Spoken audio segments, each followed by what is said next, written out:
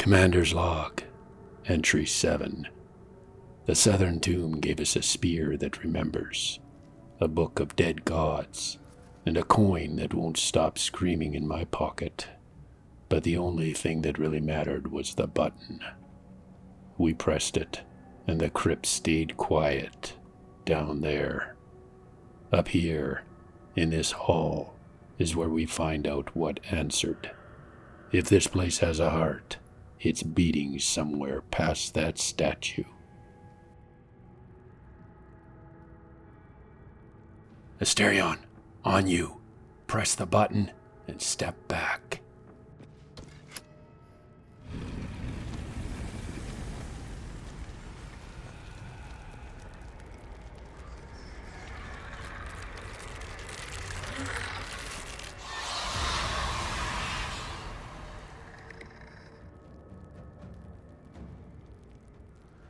Entombed Scribe, Level 2 Skeleton, Armor Class 9, Bones, not Plate.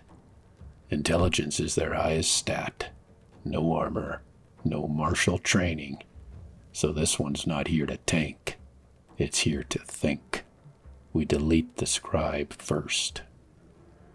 Entombed Warrior, Level 3 Skeleton, Armor Class 15. This one is wearing its coffin. Strength and constitution high. Built to stand on the line and hit hard. Resistant. Harder to crack. But not clever. We let it come to us and focus the caster first. First instinct is to burn channel divinity. See if I can turn that entombed warrior and thin the line. But 35% isn't a plan. It's a prayer. I'll keep that power in reserve. Instead, take a crossbow shot to test the armor. Of course, it skitters off bone and rust. Instead, I'll focus in the long game. Shield of Faith on Shadowheart. She becomes our wall.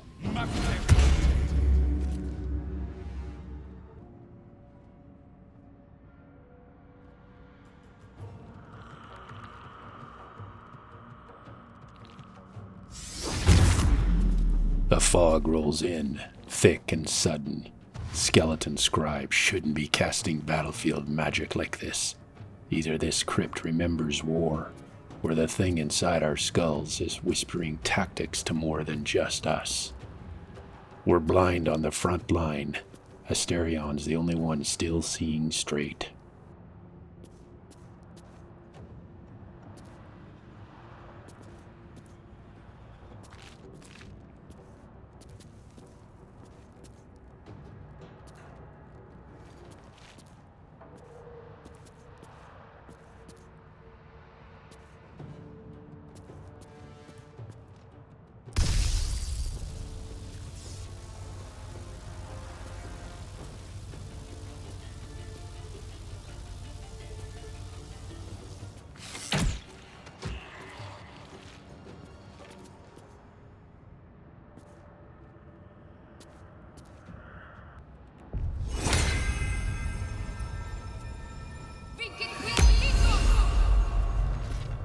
Shadowheart prepares to be the wall.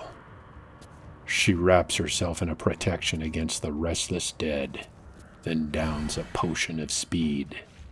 With a burst of motion, she drives her spear into the entombed warrior. Only 5 more slivers of bone, but our line is finally starting to set.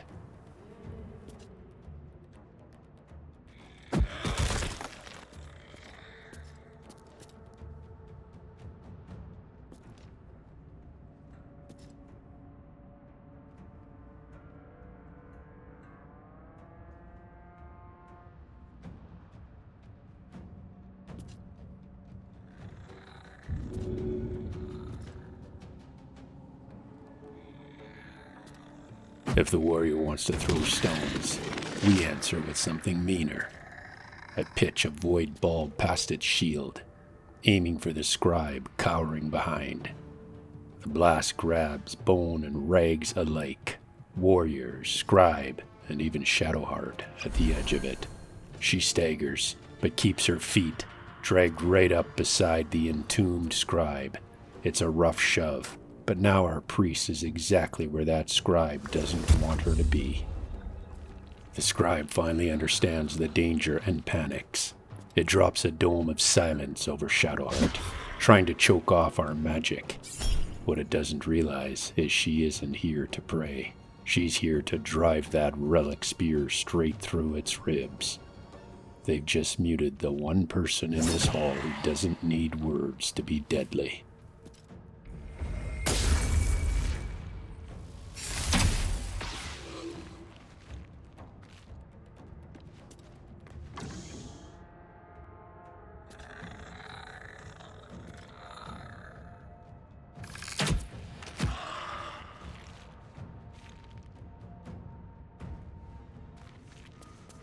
Shadowheart doesn't waste time hacking at the warrior while it's still struggling to rise. She breaks from the front line and rushes the entombed scribe instead.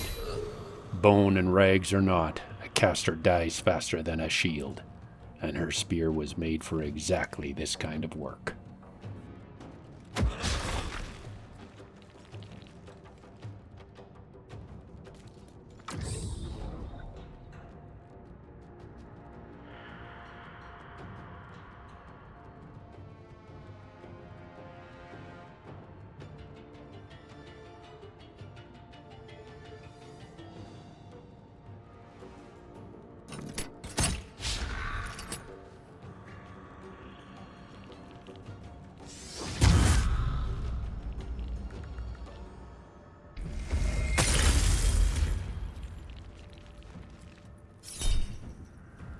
The scribe panics, turns its back on her, and Shadowheart doesn't waste the mistake. Her spear catches it mid-flight, and the first entombed scribe crumples for good.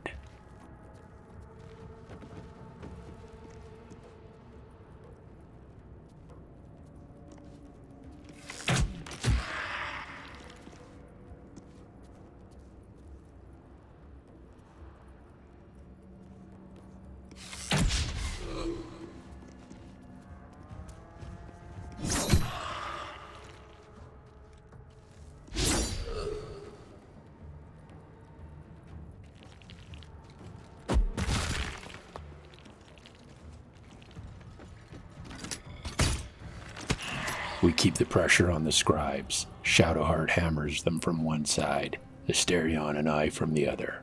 No escape, no time for clever spells.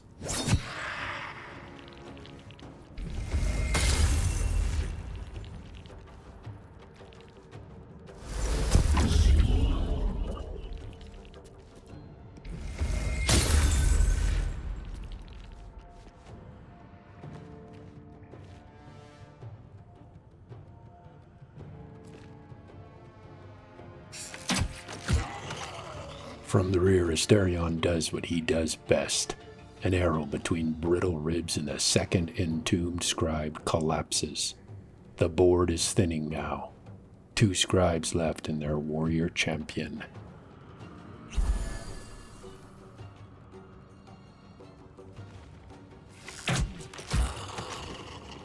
Asterion is on a tear now. Same breath, same volley, and a third entombed scribe drops to his bow. Their back line is almost gone.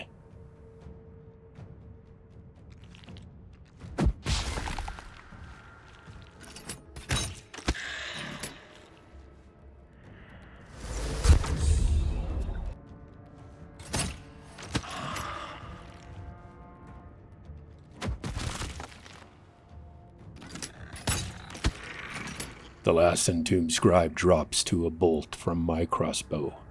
Their line of whispering mages is finished. Only the entombed warrior stands between us and the heart of this crypt.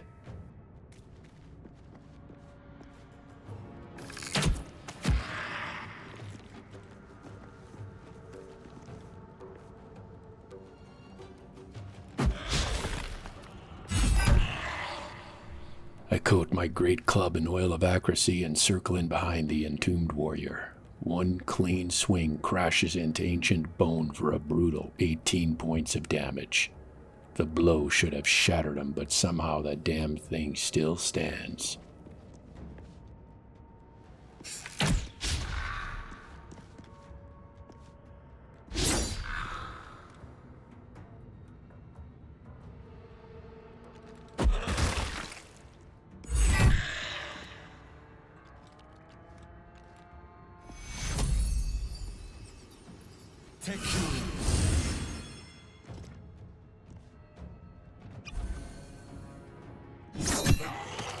In the end, it is Shadowheart who finishes the entombed warrior.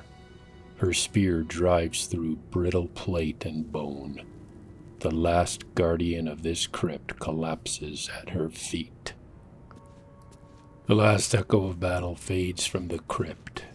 Broken scribes and their warrior strewn across the stone.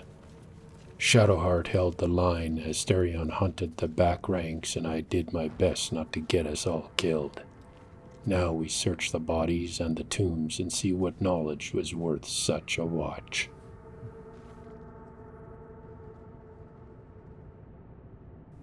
Inside the chamber, a heavy chest waits in the shadow of the tomb. Asterion does what he does best and teases the lock open without waking anything else.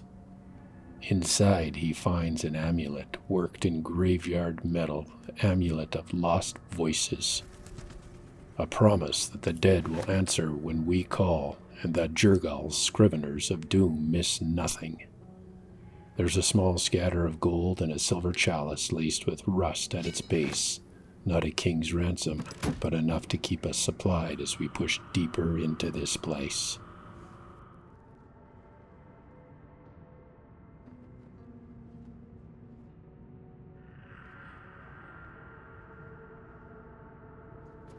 I step up to the massive sarcophagus and trace the words with my eyes. Here lies the guardian of tombs. Through knowledge comes atonement. Here lies the guardian of tombs. Through knowledge comes atonement. What kind of guardian needs a coffin this size? And what exactly are they meant to atone for? Knowledge and atonement rarely sleep quietly together. Whatever waits inside this stone bed has a story to tell. The question is whether we want to listen up close.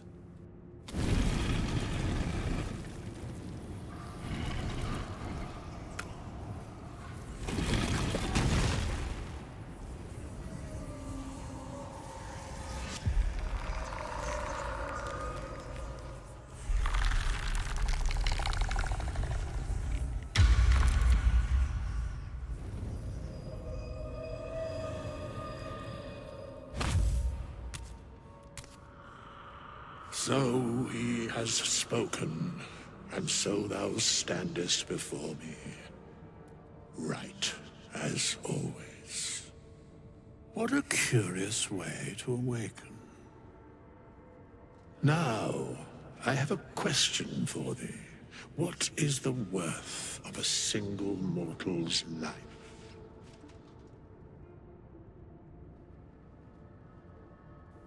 Quite the question.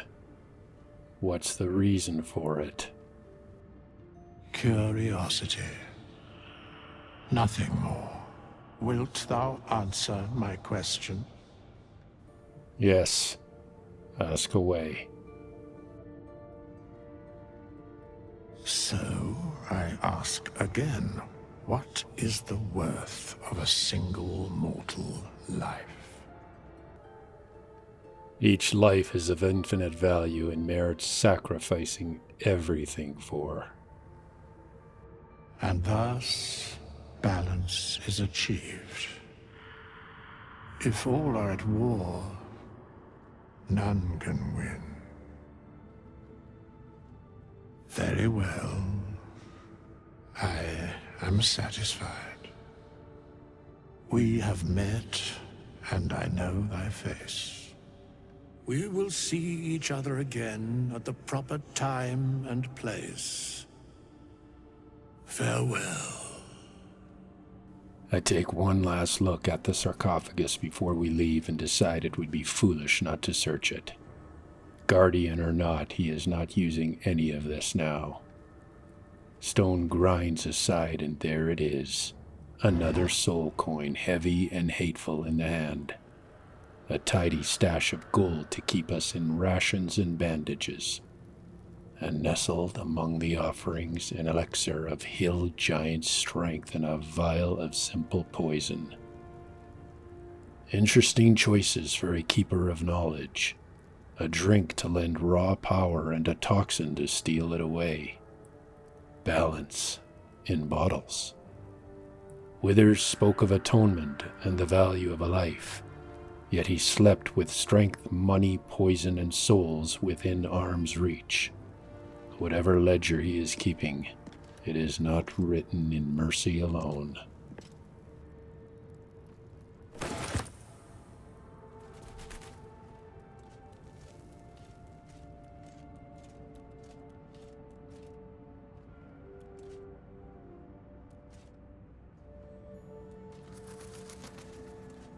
We have nothing more to discuss.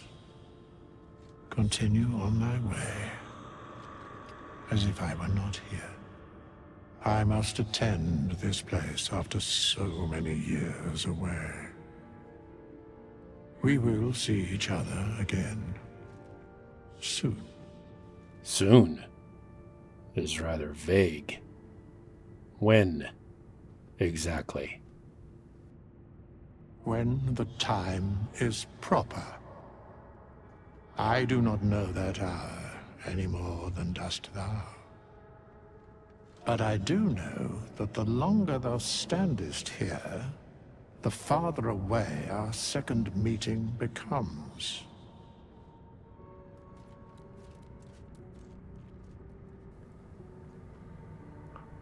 Commander's log.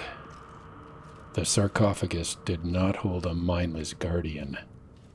It held a judge made of bone and old questions. He called himself Withers and asked me the price of a mortal life. I told him each life is of infinite worth and worth any sacrifice.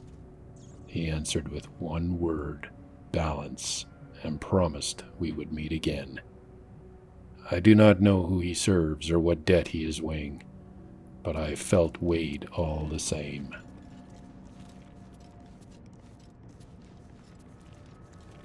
I imagined Shadowheart and what she thought of what Withers said to us. The way he looked at us, like entries in a ledger, weighed and filed. She follows a goddess of secrets and loss. I wonder what she makes of a skeleton who speaks of balance and atonement like that.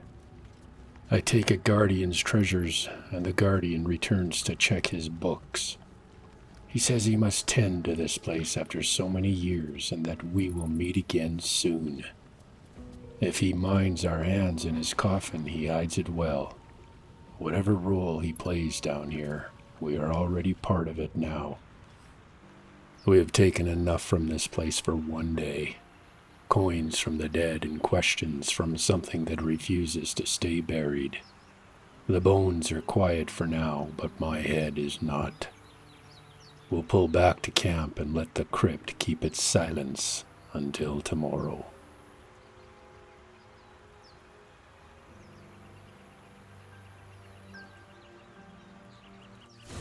How do you feel? Going sensitive with her here is a good call, especially after a day like that in the crypt. Honestly, more than a little frightened. Me too. It's hard to sleep knowing that thing is in your head. But other than the occasional mental exchange, it's almost as if we're not infected. It's so strange. Do you remember the voice from the ship? It's been hard to forget. Yes. Almost like it's whispering to me still. The voice said I'd become a beautiful weapon. What do you think that means? Yeah, she is absolutely testing me here. Maybe it's a compliment. Ha! Adorable. But your timing is awful. Whatever the Mind Flayer's plans were, those dragons spoiled them. That doesn't make our situation less dangerous. Either way, we can't take the lack of symptoms for granted. We have to find a healer. Well, I've said my piece. Get some rest. Ha! Bad timing. We'll see.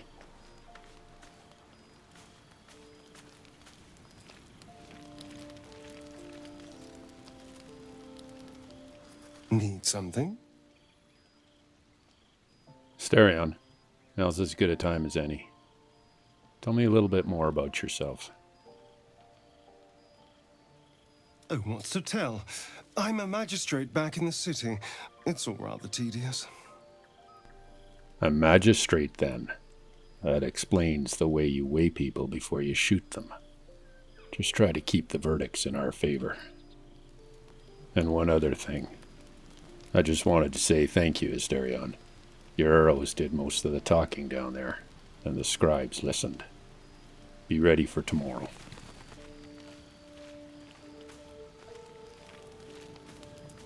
I spot Withers by the shoreline. Our guest from the crypt has followed us home. Time to find out why he's lingering near our camp. We meet again, as predicted. I shall be here in thy camp for whenever thou hast need of my services. Not to be rude, but what are you? There are many answers to that question. None are important. All right.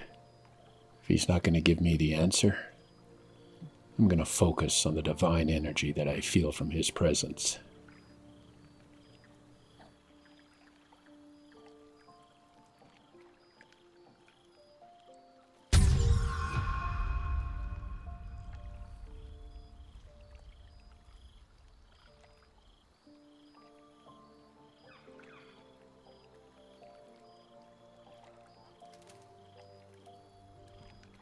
There is a great divine energy indeed, but the source is unclear. All right. What kind of services can a skeleton offer? A mending of the threads between life and death. Should thou or any of thy compatriots perish, I will cleave soul to body once more. You mentioned a cost. What is it? A matter of coin. Ah, he weighs lives in one hand and coin in the other. Asks me in a tomb what a mortal life is worth and then names his price by the shoreline. 100 gold for a second chance at the path you walk. And if you cannot pay up front, 200. Outrageous, yes, but honest in its own way. That's outrageous. Such is life. Outrage leading to a singular end. And what if I don't have that kind of gold right now? Then I shall wait here patiently until it is acquired. Your offer is noted, Withers, but for now I will walk the path I have already chosen. If the day comes when that is not enough, I will know where to find you. Commander's log. In the crypt, Withers asked me what value I put on a mortal life, and I told him infinite worth and any sacrifice. Tonight he offers to cleave soul to body for a stack of coins and to reshape the paths we walk for the same. Maybe that question in the tomb was a test to see how far I would go and how much I would pay. Or maybe he is simply putting numbers to the answers we already gave. Either way, I will pay his price only when the life in question truly deserves that second chance. I am not asleep and I am not alone. Asterion moves through camp like a shadow with teeth. I will keep my eyes on him for now. I do not yet know whether he is hunting for us or with us.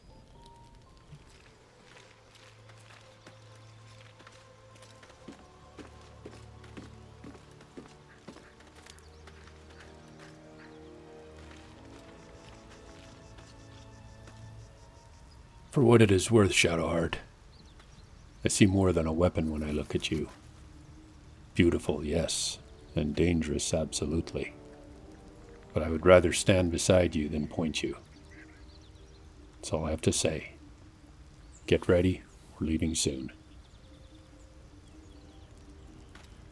Shadowheart called herself a beautiful weapon last night, echoing whatever the parasite whispered in her ear. I told her I see more than steel and shadows when I look at her. Time will tell whether she believes me or the voice.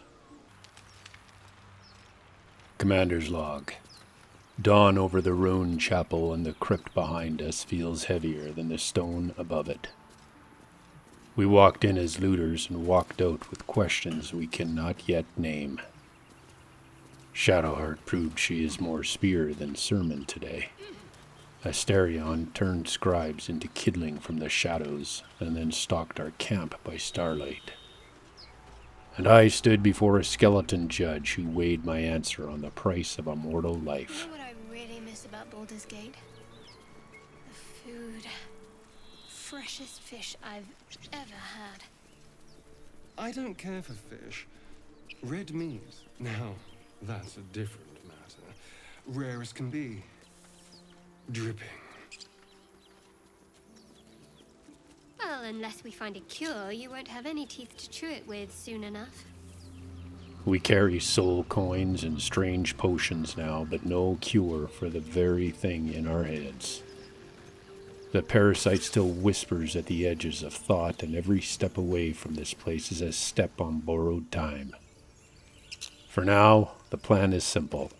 We stay topside. We scour these ruins and the forest beyond for anyone who can cut this thing out without killing us. Until then, we walk, we watch, and we try not to make promises we cannot keep.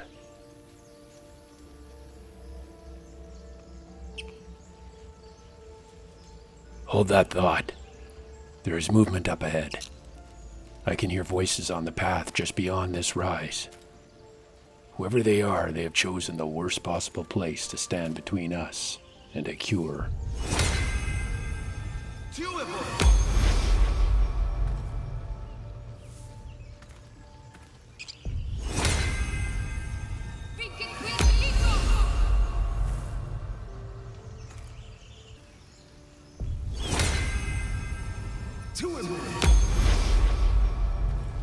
Two horned strangers on the road ahead argue beneath a hanging cage, and inside that cage is Lae'zel, bruised but very much alive.